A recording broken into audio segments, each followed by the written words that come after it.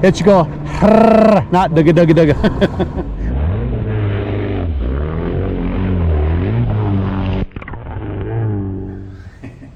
Hey everybody, welcome to the channel. Today we're celebrating the jet ski, the X-2. It's Kawasaki's first attempt at a sit-down, first attempt at a two-seater. Today we're going to go over it and show you some of the cool things about it. We're going to dig my ski out of the shelf here and kind of give you a walk around of my old race boat, what I took my championship on. But first I want to take a second and thank everybody. The response has been overwhelming. All of the new subscribers, there's thousands of you. I want to welcome each and every one of you to the channel. It's truly humbling to have the response like this and have all you people show up and enjoy my content.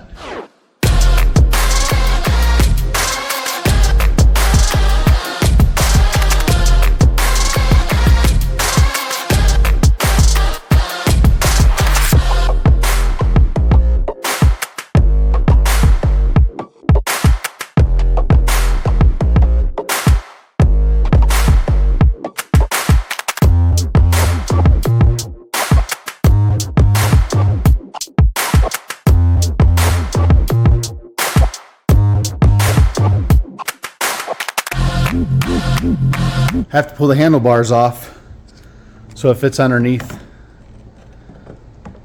my rack over there. I'm going to put these on, tighten them up real quick, and then we're going to flip this thing over and check out the bottom.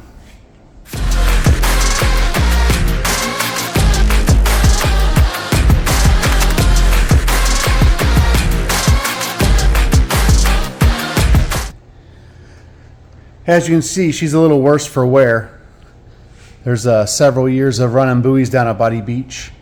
You can see our intake tracked fill and our modified intake grate. We've changed the ramp angle so that it's parallel and not squeezing it.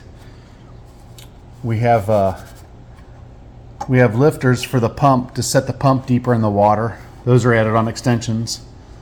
And then we have a cutback modified PJS ride plate. This lets the bow lift a little higher out of the water, and it carries it through the turns a little better.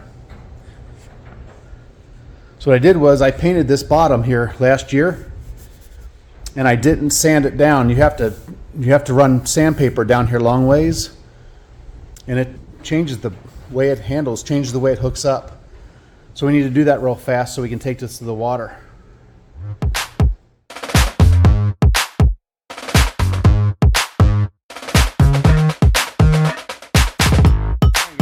Here we go, we're back on the ski here.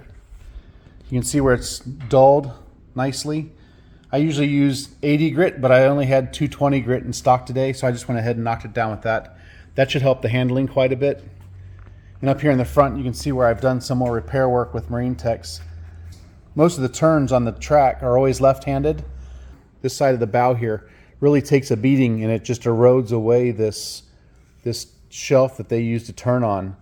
And I believe nowadays most of the guys are filling this in. They're changing the way they're handling the skis, but I left mine old school. This is how I raced it back in the day, so I just leave it. But anyway, we'll flip it back over and I'll give you guys a tour real quick before we go to the lake. Ski. I spent a whole season back in 2002 preparing this ski to be raced. And as it worked out, when I first moved to Havasu, there was a very large young generation of kids. And our church in particular had over a dozen kids between the ages of 12 and 18. And they were all bored. It's typical small town USA. I was in my personal house, my garage every night, building skis and fixing cool stuff. And a couple kids show up to help me, and before you know it, half the church kids are over my house wanting to build jet skis. There's a lot of youth labor in this ski, in this whole work. Every time we'd go to the lake and test it, we'd make a change, and the kids would be like, what if we tried this? And we'd let them Bondo stuff on just to see what it would do. It was educational, it was fun, and this ski has been really, it's had a lot of fiberglass work done unnecessarily or just lost attempts at testing stuff, but it was all fun. It was all part of the process, and it kept kids out of trouble, and it was a lot of fun. Plus it was what do you call it? It wasn't lonely in my shop at night when I'm sitting there working all alone all the time. I was surrounded by kids wanting to do stuff, and There's carburetors that I probably had rebuilt 15 times that didn't need it, but it was a good teaching experience, and it was fun to take the kids to show up at the lake, and the kids show up and take pride in something they'd built or something they'd changed or an idea they had that worked. So it was pretty cool. So I'd say there's thousands of hours of testing and stuff into a race ski. Thankfully, I didn't have to spend those thousands of hours. I was able to test that out with a lot of help from these young kids that are all now adults with children of their own. That's why there's a lot of work put into the ski. That's why it's sentimental to me. So back in the 80s, you had stand-ups. And by the late 70s, they'd come out with a wet bike, which was kind of a sit-down, but not really. And so Kawasaki decided to make a sit-down, something you could sit down and ride on with a seat. Now, obviously, I've cut my seat off because nobody really rides these sitting down. If you look at the grand scheme of things of what we know today as a sit-down, this was kind of a failure. But in the racing world, in the fun factor world, this has a cult following. They called this a sport ski because it was way more maneuverable than just a basic sit-down, that like a spoon plowing through the water. It was not a failure in that aspect, but as they evolved away from this design, the Sea-Doo came out with the first sit-down where you sat up right out of the water. Yamaha had some struggles with their sit-down program as well. They were lower in the water, but the X-2 kind of made its own niche. It doesn't look like there's room for two people, but there really is. See, there's some heavy modifications back under the engine compartment there. But you have your steering. And I have a 750 small pin engine here with dual carbs and a R&D pipe. Everything else is pretty much basic. This is all the same layout as a 650 stand-up. They all share the same components. But I have a flow control valve here, and I have all separate water cooling, and then there's no weight up front. There's a lot of weight removed from this ski for my racing endeavor. I'll show you guys a stock hood in a minute, but the problem with these X2s is these hoods were designed for a very tiny 28 millimeter carb. We have much larger carburetors on there now. And over here we have a stock hood.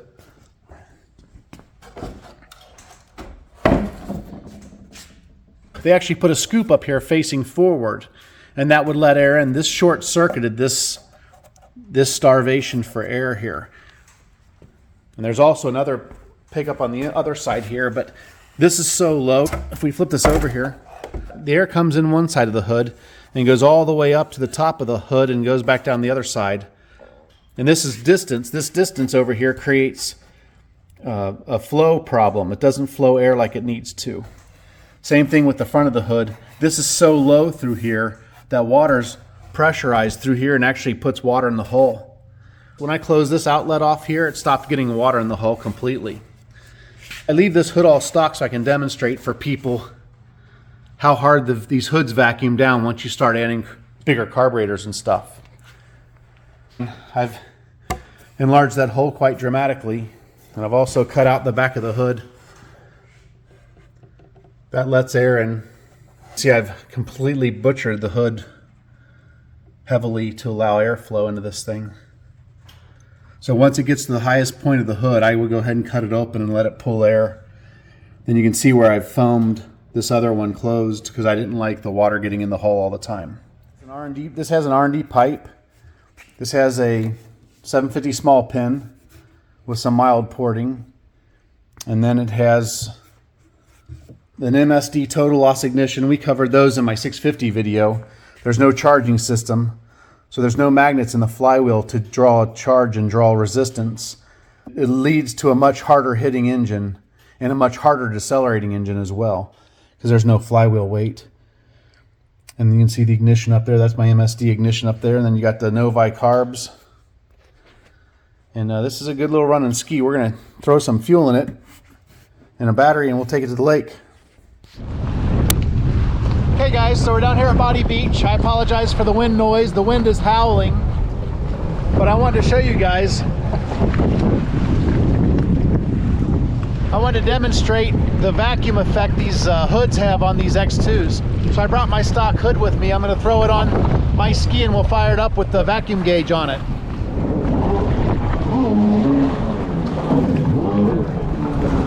Okay, we got our vacuum gauge set up.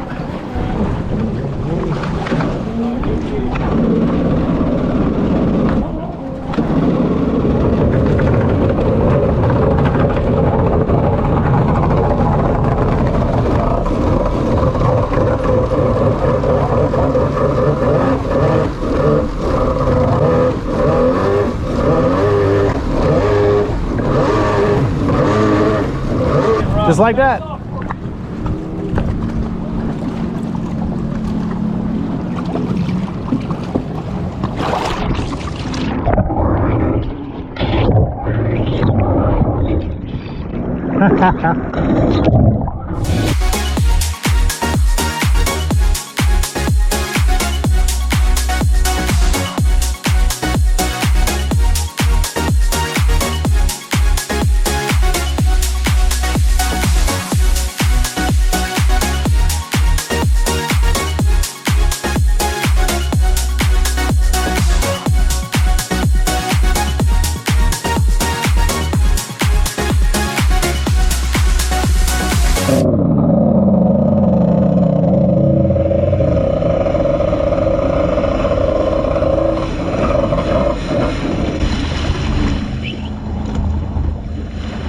That was a good run. You know, I gotta say hi to the fellow X2 guys. Trying to get it running. What's wrong? It's just top end just isn't opening up. Just wanted to bog off at the top end. Really? So I basically just went through and rebuilt a bunch of it, and then I'll come down here, adjust it some, and then last time I had it down here, I ended up getting some water in the head. So I ended up putting a new head gasket on it. Now it's just trying to mess with it now. Right on. It seems like it revs up a little bit and then just doesn't want to hit the top side. Yeah. So it's just, it has reed valves in it? Yeah. I wonder if do you know if they're metal or carbon? I haven't pulled those. Seeing how much is done to the motor, I can't imagine they left the steel ones in there. Right. Well, I'm wondering if the reeds might be something else to look at. You know. Yeah, that's true. Always. So it hits off the bottom. It just runs out on top. Yeah, basically, like, so I've just been messing with the carb a little bit, trying to.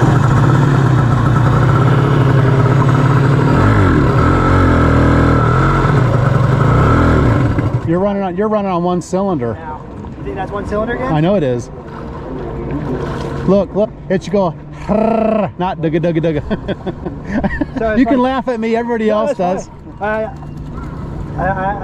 trying to learn this as I go a little bit on this one. No, you're fine. You're fine. So I would pull your plugs and see which one doesn't match. And see if it's a plug problem or a wire problem. Start there. But yeah, that's one cylinder. That's why it won't rev out. It won't rev up on one cylinder. It only goes up to about 3,000 RPM. And then it's dragging that dead cylinder. Yeah. All right. It's a nice ski, dude. I just rebuilt. I just put a new head gasket. Dude, all the parts are. So did you check the compression after you did that? I did beforehand, and it seemed okay, but I think it just was just right at that point. So no, dude, I'm telling you, those ignitions. Like, I'm looking at your ignition system. Actually, I just noticed that. No, your ignition system looks really good. What plugs are you running? Can you read those plugs? I can't read them from here. Pop your thing off. What is that? BR what? ES. Okay. You need to run a B7 ES. B7? Yeah. All right. Yeah, I just went with what was in there before. Like I bought it from an old. No. Everybody runs the BR8. Like that's a standard plug. The problem is the R is a resistor. Okay. And these ignition systems don't like resistance. Okay. You'll blow your spark out. But you're definitely running on one cylinder. You need to figure out, because you got a single carb, that's almost always ignition. On a dual carb setup, it could be a carburation issue. Yeah. But on a single carb like that, if one hole works, obviously the other hole should work. So I would look at your CDI and your spark plugs and your spark plug caps. Okay. Because those are OEM. You can crimp on aftermarket ones, but don't get the ones that are in GK. Don't put ones that are resistored. Yeah. You know, like the crimp on, like the MSD ones you get at O'Reilly's, and just crimp them on there. Okay. But do your ohms test on your spark plug leads and and check your spark plugs. Yeah, and I was messing with it. I pulled those tops off and I was checking for spark, just seeing if it would arc itself. 99% of the time, it dude, seemed like it was, plugs foul so easy on these things. I know you know that. So you said the B7s? B7ES is what you want to run. B7ES? Yeah, because that's a bitchin' ski though, dude. It's nice pipe, nice head, nice tank. The fuel tanks were several $100s. I literally got it from an old buddy that used to work for me, and I got the ski with a trailer for 900 bucks. That's amazing. And then I bought an 800 the same year, and I come down here and keep having to tinker on it, and then it just pisses me off, and I'm like, I'm just leaving it in the garage. Dude, the pipe and the carbs were what you paid for that ski. Yeah, no, I know. That's awesome. This thing, I can easily turn around and sell this thing for $2,000 with how they skyrocket. But and I keep fighting it, and I'm almost at the point where I'm saying fuck it, and I just want to get rid of it. Yeah. But I bought it for a reason, and I want to ride it. Right. But it's just have them come down here, fuck with it, and then I just waste an hour or so down here messing with it. No, it ain't wasting. And then go home. It ain't wasting. So I was like, I could be down here riding my 800. That's true. That's true. I hear you. So it's just like right on. Rather than bring them both. Right on. on. What I need to do. I need to rebuild the trailer a little bit. It's just sitting on the side of my house. Yeah. So I work at Jet Trip, and Frank ended up buying me a hitch hauler for Oh, it nice. after doing a couple things for him. Right so on. It's like, Okay, everybody, we made it back from Body Beach. That'll wrap up this video. Thanks for watching.